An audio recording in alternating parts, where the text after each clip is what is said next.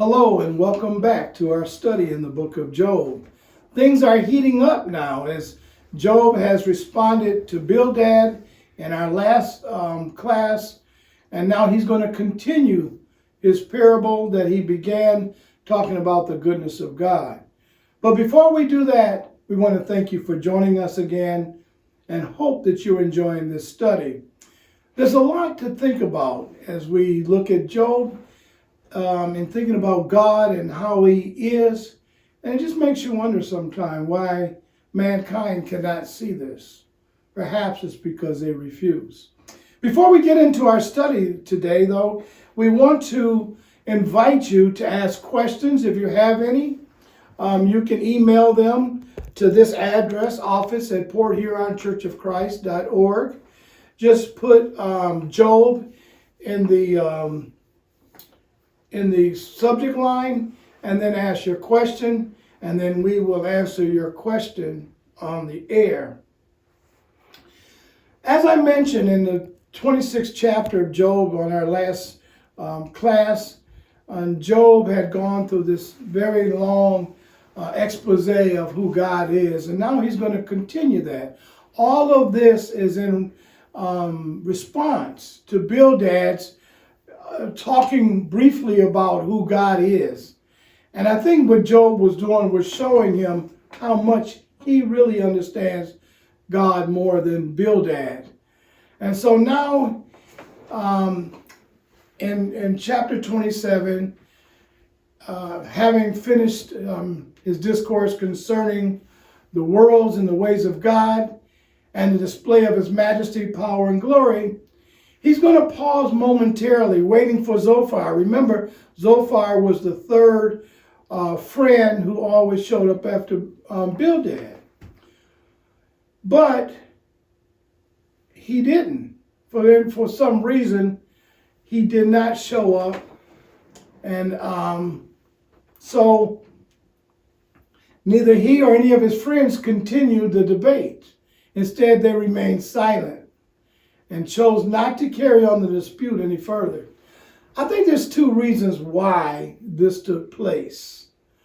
First of all, I believe maybe it was perhaps they determined Job was an obstinate man, not open to conviction, on whom no impression could be made, and that it was all lost time and labor to use any arguments with him.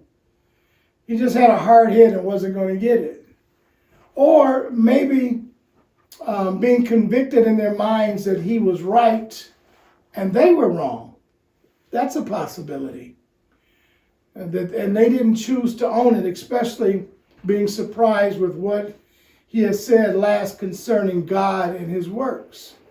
Perhaps they realized he had great knowledge of divine things, which you can see that, and could not be the man they had suspected him to be from his afflictions.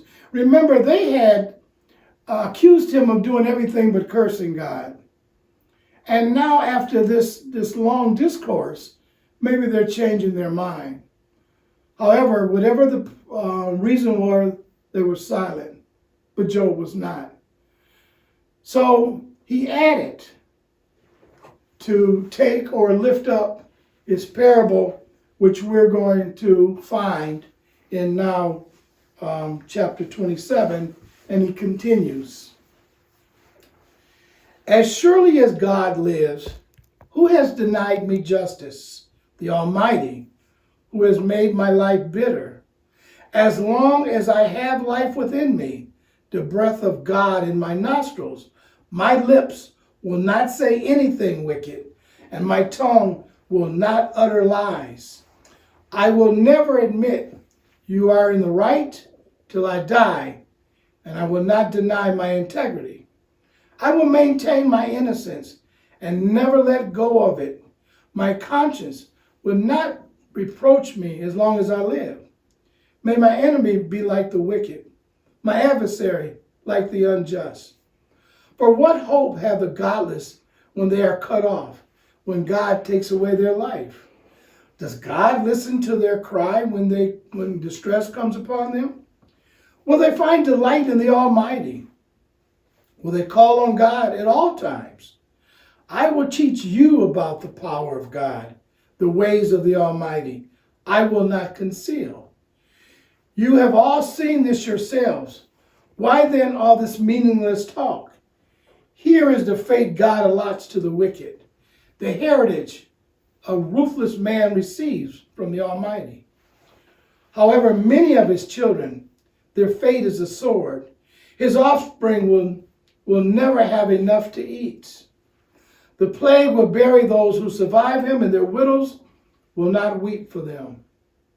Though he heaps up silver like dust and clothes like piles of clay, what he lays up, the righteous will wear, and the innocent will divide his silver. The house he builds is like a moss cocoon, like a hut made by a watchman. He lies down wealthy, but will do so no more. And when he opens his eyes, all is gone. Terrors overtake him like a flood. A tempest snatches him away in the night. The east wind carries him off, and he is gone. It sweeps him out of his place. It hurls itself against him without mercy as he flees headlong from its power. It claps his hands in derision and hisses him out of his place. Now, at this point, something is going to look different in the text. There seems to be an interlude. Let me go back and make a comment about what we just read before we go on. There can be no doubt, I believe, that Job alludes to the point of view that his reason in quoting all of this is to show its correctness, its incorrectness of their point. He does not go into a formal reply to it in the following chapter, but he appears he is satisfied that he has already replied to it by the statements he's made, and which show the incorrectness of the views which his friends had taken. So now,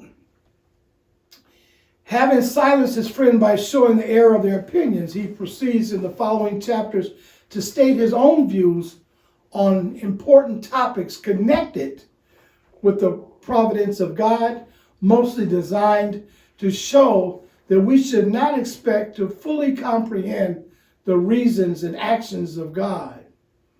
Now, as we turn our attention to chapter 28, immediately you will notice a change in the structure of the writing.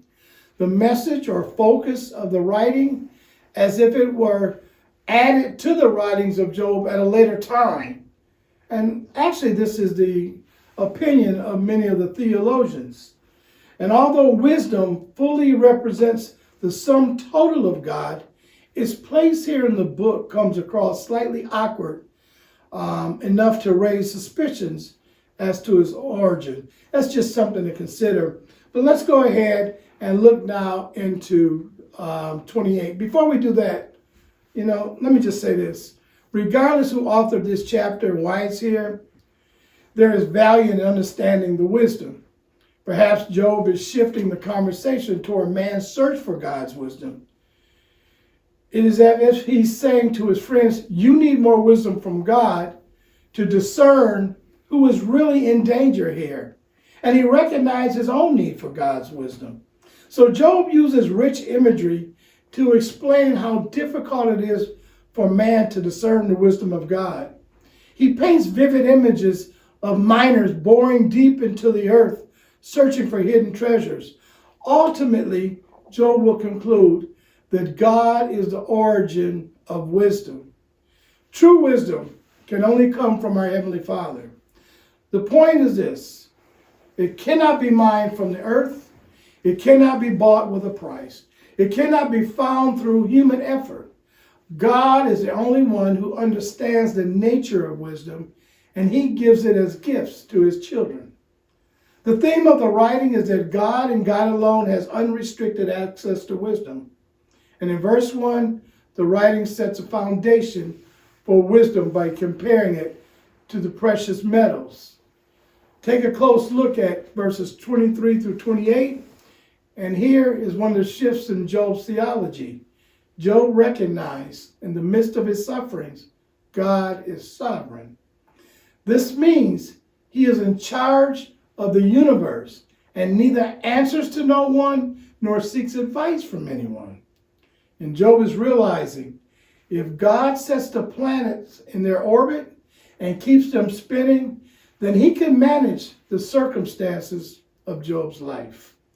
Job found that he must trust God's wisdom as perfect, holy, and blameless. The fact that we can't grasp that wisdom only serves to illustrate how much greater God's power and plan are than our own. The takeaway from chapter 28 is that we arrive at 5 conclusions about living our lives by focusing on what is important. Number 1 is thinking God's thoughts is our highest goal. Number 2, walking with integrity is the only way to live. Number 3, seeking wisdom through human effort is a waste of time. Can't do that. Number 4, realizing that wrong will not ultimately triumph, but brings us a sense of justice. And number 5, cultivating a healthy and holy fear of the Lord gives us wisdom and understanding. And that is the conclusion of the whole matter. Now, let's read chapter 28. There is a mine for silver and a place where gold is refined. Iron is taken from the earth, and copper is smelted from ore. Mortals put an end to the darkness. They search out the farthest recesses for ore in the blackest darkness. Far from human dwellings, they cut a shaft in places untouched by human feet. Far from other people, they dangle and sway. The earth from which food comes is transformed below as by fire.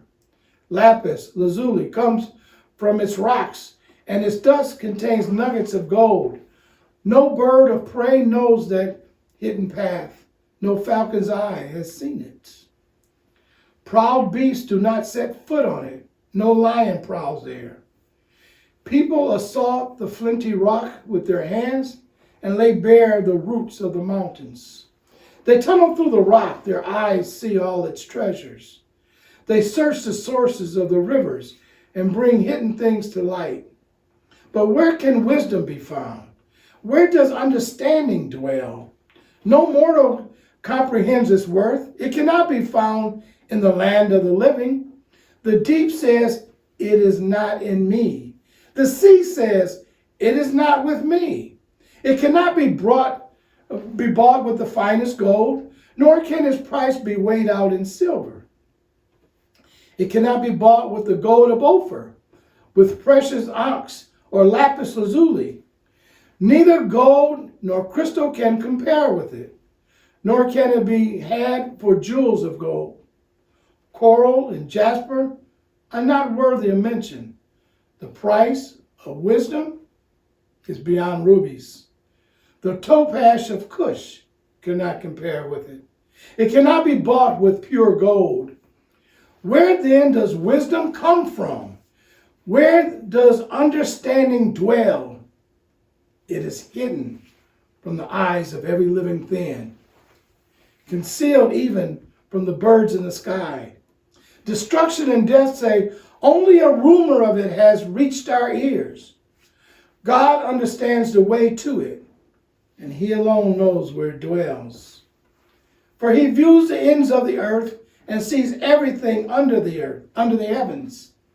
When he established the force of the wind and measured out the waters, when he made a decree for the rain and a path for the thunderstorm, then he looked at wisdom and appraised it. He confirmed it and tested it. And he said to the human race, the fear of the Lord, that is wisdom. And to shun evil is understanding. Now, Job is going to continue his discourse in chapter number 29. As we arrive here, he now comes to a completely different place. It's obvious now he is thinking back to how his life was before his calamity had turned his world upside down. He begins with his relationship with God, recalling how God overlooked him and blessed him with intimate friendship. God also blessed his house and his children, recalling in all those days his path was drenched with cream. In other words, his life was full of abundance of every kind. In verse 7, he widens his thoughts to his status in the city, where he was highly revered and respected by both young and old alike. And in verse 8, he mentions being respected by the young men who would step aside as he approached out of respect. Now, this should jog your memory, because just a few chapters ago in 19 verse 18, the young men are now ridiculing him. And the old people who now insult him and shake their heads at him at one time would rise to their feet in his presence. He said when he would speak, others would keep quiet and listen. Because of his status, he was known as a person who cared about people, all people. Remember, Job's friends said just the opposite about him, that he didn't help anyone. Instead, he exploited the poor and allowed them to go hungry without food and clothing, and never cared about anyone but himself and his interests. What we are witnessing is a theological shift from Job. After having been cursed with his current condition, Job cursed the very day of his birth, speaking against it vehemently to the point he was longing for God to lead him to the grave. And although he did not curse God, or has up until this point, he struggled greatly, wanting to know why God did this to him. Perhaps Job got caught up in defending himself against the barrage of judgment from his three friends. Perhaps the pain of his affliction and the ruin that has overshadowed his entire life that brought him to that mindset. Job was convinced beyond question that what was happening to him must be a mistake or injustice by God, because in his mind, he didn't deserve what he was getting. Job was convinced it was his act of worship towards God which was responsible for the blessings he received. I want you to get that.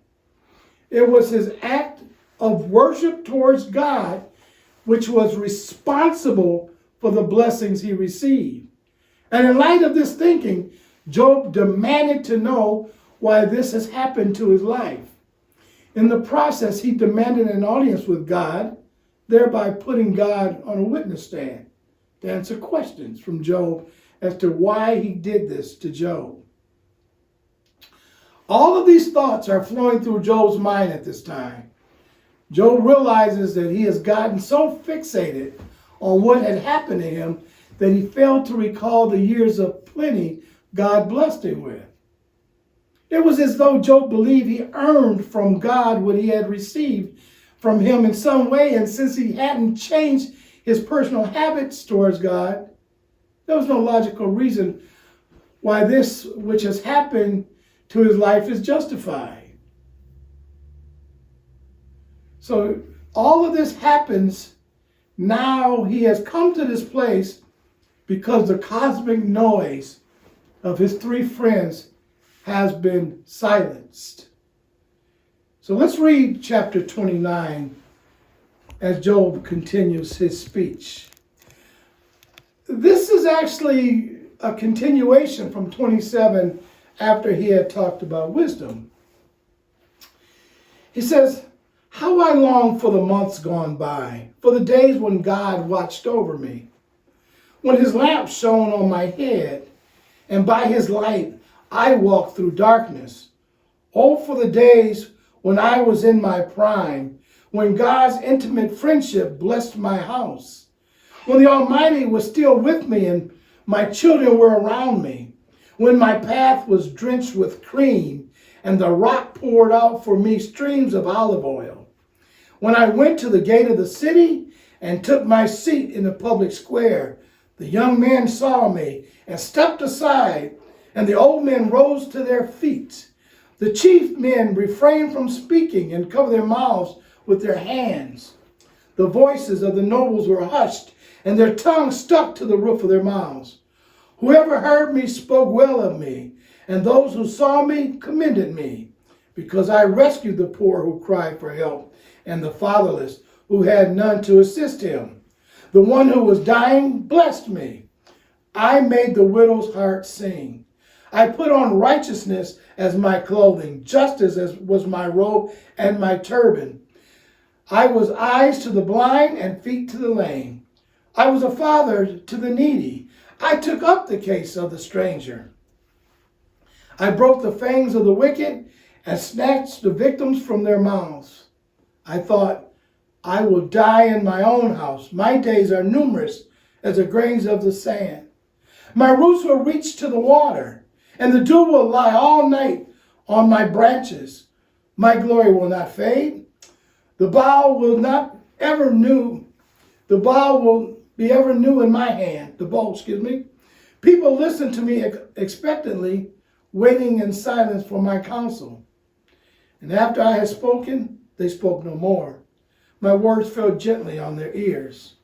They waited for me as for showers, and drank in my words as the spring rain. When I smiled at them, they scarcely believed it. The light of my face was precious to them. I chose the way for them and sat as their chief. I dwelt as a king among his troops. I was like one who comforts mourners. But now they mock me. Men younger than I, whose fathers I would have disdained to put with my sheepdogs. Or what use was the strength of their hands to me, since their vigor had gone from them? Haggard from want and hunger, they roamed the parched land and desolate wastelands at night. In the brush they gathered salt herbs, and their food was the root of the broom brush. They were banished from human society, shouted at as if they were thieves. They were forced to live in the dry stream beds, among the rocks, and in holes in the ground. They brayed among the bushes and huddled in the undergrowth. A base and nameless brood, they were driven out of the land. And now those young men mock me in song. I have become a byword among them. They detest me, and they keep their distance. They do not hesitate to spit in my face. Now that God has unstrung my bow and afflicted me, they throw off restraint in my presence. On my right, the tribe attacks. They lay snares for my feet, and they build their siege ramps against me. They break up my road, and they succeed in destroying me. No one can help him, they say. They advance as through a gaping breach amid the ruins, they come rolling in. Terrors overwhelm me. My dignity is driven away by the wind. My safety vanishes like a cloud. And now my life ebbs away. Days of suffering grip me. Night pierces my bones. My gnawing pains never rest. In his great power, God becomes like clothing to me. He binds me like the neck of my garments. He throws me into the mud, and I am reduced to dust and ashes. I cry out to you, God, but you do not answer. I stand up, but you merely look at me. You turn on me ruthlessly. With the might of your hand, you attack me. You snatch me up and drive me before the wind. You toss me about in the storm. I know you will bring me down to death, to the place appointed for all the living. Surely, no one lays a hand on a broken man when he cries for help in his distress. Have I not wept for those in trouble? Has not my soul grieved for the poor? Yet when I hoped for good, evil came. When I looked for light, then came darkness. The churning inside me never stops. Days of suffering confront me. I go about blackened, not by the sun. I stand up in the assembly and cry for help. I have become a brother of the jackals, a companion of owls. My skin grows black and peels. My body burns with fever. My lyre has turned to mourning, and my pipe to the sound of wailing. I made a covenant with my eyes, not to look lustfully at a young woman. For what is our lot from God above, our heritage from the Almighty on high? It is not ruin for the wicked, disaster for those who do wrong. Does he not see my ways and count my every step? If I have walked with falsehood, or my foot has hurried in after deceit, let God weigh me in honest scales, and he will know that I am blameless. If my steps have turned from the path, if my heart has been led by my eyes, or if my hands have been defiled, then may others eat what I have sown, and may my crops be uprooted. If my heart has been enticed by a woman, or if I have lurked at my neighbor's door, then may my wife grind up another man's grain, and may other men sleep with her. For that would have been wicked, a sin to be judged. It is a fire that burns to destruction. It would have uprooted my harvest. If I had denied justice to any of my servants, whether male or female, when they had a grievance against me, what will I do when God confronts me? What will I answer when called to account? Did not he who made me in the womb make them? Did not the same one form us both within our mothers? If I have denied the desires of the poor, or let the eyes of the widows grow weary, if I have kept my bread to myself, not sharing it with the fatherless, but from my youth I reared them as a father would, and from my birth I guided the widow. If I have seen anyone perishing for lack of clothing, or the needy without garments, and their hearts did not bless me for warming them with the fleece from my sheep, if I have raised my hand against the fatherless, knowing that I had influence in court, then let my arm fall from the shoulder, and let it be broken off at the joint.